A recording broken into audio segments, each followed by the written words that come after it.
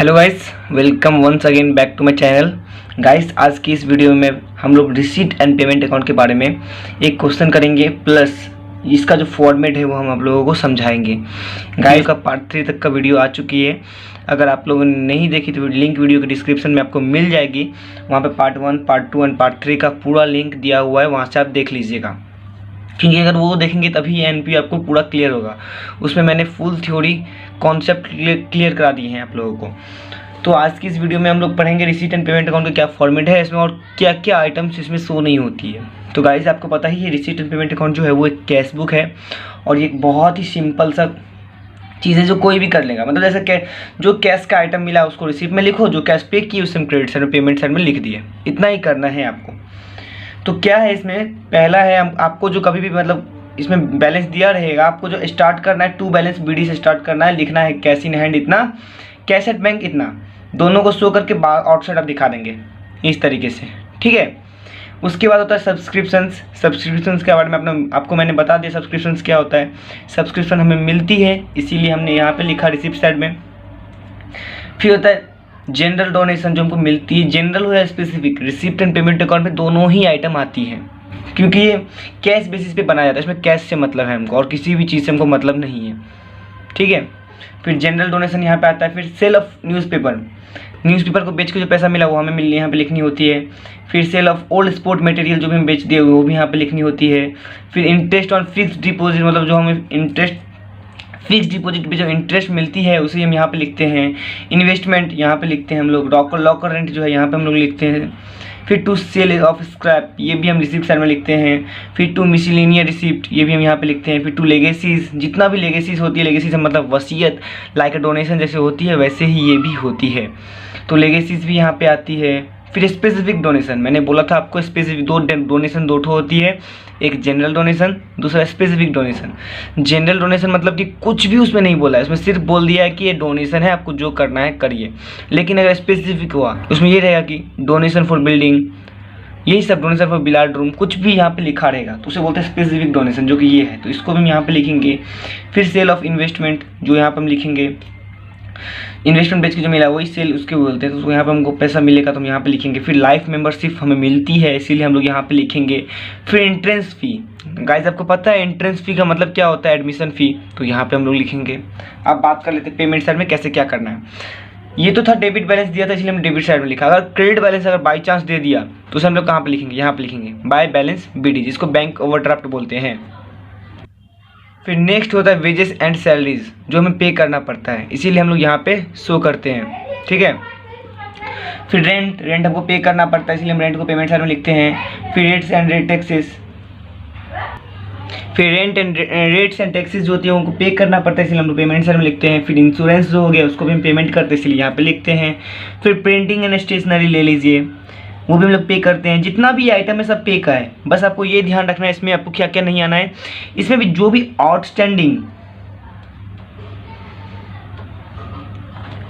Plus active जिसको बोलते हैं, ये सब कैश ट्रांजेक्शन, ये सब आइटम इसमें शो नहीं होते। और डेप्रिसिएशन ETC ये सब चीज़ रिसीट एंड पेमेंट में बस शो नहीं होता। बाकी जितना भी कैश मिला और कैश पे किया वो इसी अकाउंट में शो होती है। तो अभी हम लोग एक सम करेंगे जिससे आपको पूरा कॉन्सेप्ट एंड डॉट क्लियर हो जाएगा। यहाँ पे मैं आपको स्क्रीन पे एक पेज दिखा दूंगा जहाँ पे मैं पूरा क्वेश्चन का सम मैं फोटो वहाँ पे दे दूंगा, आप लोग का वहाँ से देख सकते हैं क्या क्वेश्चन है। उसके बाद मैं स्टार्ट करूँगा। गाइस अगर मैं आपके सामने मतलब ऐसे स्टार्ट करूँ तो बहुत सारा टाइम लग जाएगा, इसीलिए मैं पहले फॉर्मेट फटाक से बना लेता हूँ।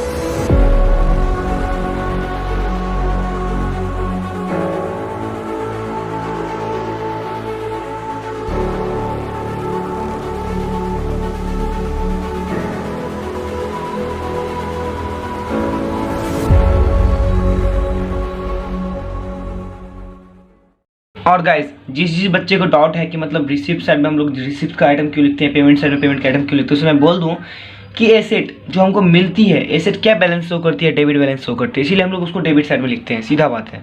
जो एसेट अगर हमको पैसा मिलेगा, कुछ भी मिलेगा, तो मेरे लिए एसेट इंक्रीज हो रहा है ना। जो एसेट अगर इंक्रीज होने से कहाँ लिखते हैं हम लोग, debit. Asset debit balance show करते हैं, इसलिए हम डेबिट साइड लिखते हैं, लॉजिकली यही बात है। ठीक है, तो आपको मैंने बोला था कहाँ से आपको स्टार्ट करना है। आपको स्टार्ट करना है, पहले क्या हमने बोला था, क्या लिखेंगे, यहाँ पे लिखेंगे टू बैलेंस BD। तो इसमें यहाँ पे दिया हुआ कैश भी दिया हुआ है यार, यहाँ पे लिख देंगे cash in hand and cash at bank. यहाँ पे कैश इन हैंड कितना है, 2600 और 25,000। ठीक है,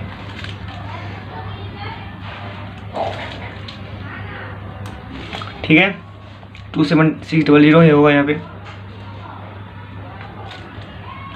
उसके बाद है डोनेशन रिसिप्ट। गाइस बोलो डोनेशन मिला। डोनेशन क्या है हम लोग के, जो भी डोनेशन क्या हुआ, मिला हमको, इसीलिए हम यहाँ पे लिखेंगे डोनेशन। यहाँ पे हम लोग डोनेशन लिख देंगे क्योंकि डोनेशन मिलता है। डोनेशन रिसीव हुआ तो चलिए डोनेशन लिख दिया। कितना रिसीव हुआ, 18,000, यहाँ पे लिख दिया। फिर दिया हुआ entrance fee received. Guys entrance fee मिला है, मिलने से हम लोग कहाँ पे शो करेंगे, डेबिट से रिसीट एंड पेमेंट अकाउंट के। तो टू एंट्रेंस फी कितनी मिली है, 6,000। ओके, फिर डोनेशन रिसीव फॉर बिल्डिंग, देखिए डोनेशन मिला है यहाँ पे, फिर हमको दूसरा डोनेशन मिला, लेकिन क्या है, स्पेसिफिक डोनेशन है। तो मैंने आपको बोला था ना, डोनेशन कुछ भी हो, हम लोगों का बस ध्यान देना है, रिसीट एंड पेमेंट अकाउंट में कैश मिला तो लिखेंगे, कैश गया तो लिखेंगे, बस उसी से मतलब है, और कुछ भी नहीं मतलब है, कुछ भी हमको इससे मतलब नहीं है। ठीक है, तो यहाँ पे डोनेशन रिसीव्ड फॉर बिल्डिंग है, तो लिख देंगे डोनेशन फॉर बिल्डिंग। कितना है, 90,000।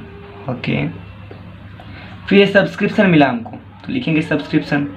सब्सक्रिप्शन भी हमको मिलती है इसीलिए, लेकिन ये एक्चुअल बेसिस पे हमारा तो ये रिसीट एंड पेमेंट अकाउंट बनता नहीं है, कैश बेसिस पे बनता है। इसलिए यहाँ पे तीनों साल का अमाउंट जितना भी होगा, हमको साल से मतलब नहीं है, चाहे वो करंट ईयर का हो या पास्ट ईयर का हो या फ्यूचर ईयर का हो, उससे हमको मतलब नहीं है, हमको पूरा लिखना है।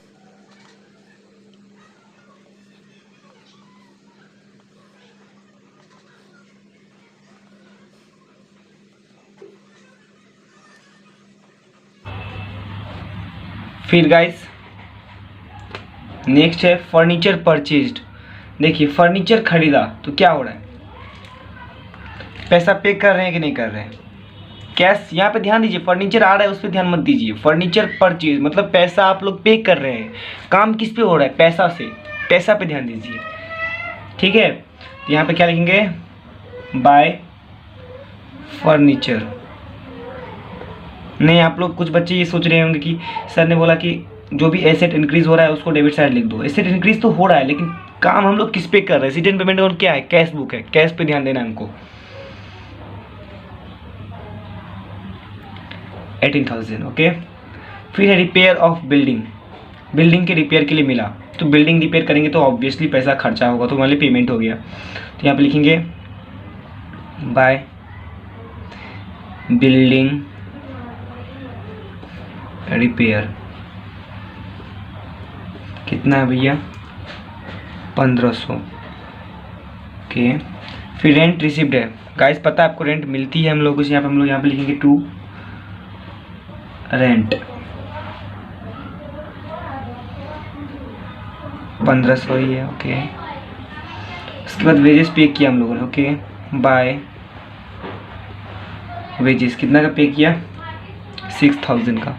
ठीक है भैया, कर दी पेमेंट। फिर sale of old newspaper, newspaper को बेचे तो क्या मिलेगा हमको भैया, पैसा मिलेगा, सीधा पैसा में लिख दो, मिला तो। To sale of old newspapers. Okay guys, कितना है, 900। ठीक है, मैं मिला लेता हूँ।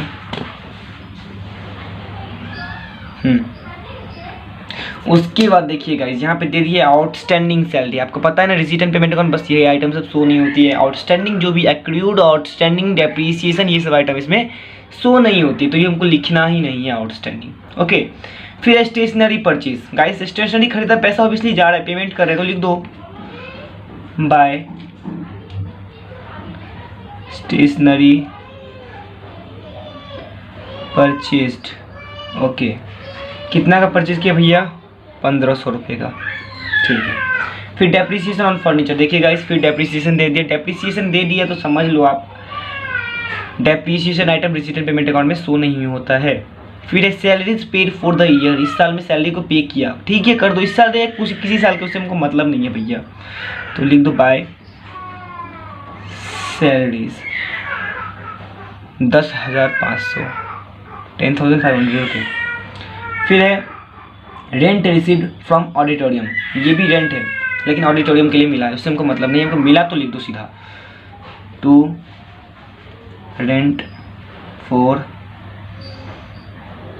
ऑडिटोरियम। ओके, कितना मिला? 6,000, ठीक है।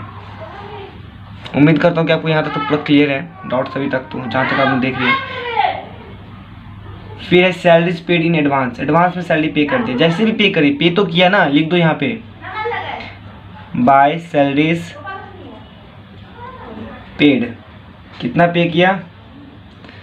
2,000। फिर है मेंटेनेंस ग्रांट। ग्रांट आपको मैंने पिछली क्लास में बताया था कि ग्रांट हम लोगों को मिलता है, इसी यहाँ पे लिखेंगे टू मेंटेनेंस ग्रांट। ओके, कितना है? 1100। ओके, फिर है लाइफ मेंबरशिप जो हमको मिलती है, तो यहाँ पे लिखेंगे टू लाइफ मेंबरशिप फी। कितनी मिली भैया? 4,000। ओके, फिर है बैलेंस एट बैंक। देखिए क्लोजिंग बैलेंस शो करना है, जो कि हमको क्रेडिट बैलेंस में शो करना है लास्ट में, क्योंकि ये जो है ना साल के एंड में बचता है, इसीलिए हम लोग यहाँ पे कैरी डाउन करेंगे। क्या लिखेंगे? By balance CD। कौन सा बैलेंस दिया है भैया? यहाँ पे हमको दिया है बैंक बैलेंस दिया है, तो लिख देंगे कैश एट बैंक। हम लोग को कैश इन हैंड फाइंड करना है। तो अब जो क्रेडिट बैलेंस आ रहा है कि डेबिट बैलेंस, हमको चेक करना पड़ेगा हम लोगों को। 149,500। और दूसरा stationery in hand. Guys stationery से हमको कुछ मतलब नहीं है, हमको मतलब है कैश से, इसीलिए ये आइटम शो नहीं होगा यहाँ पे। अब हम इसका कैलकुलेशन कर लेते हैं फटाक।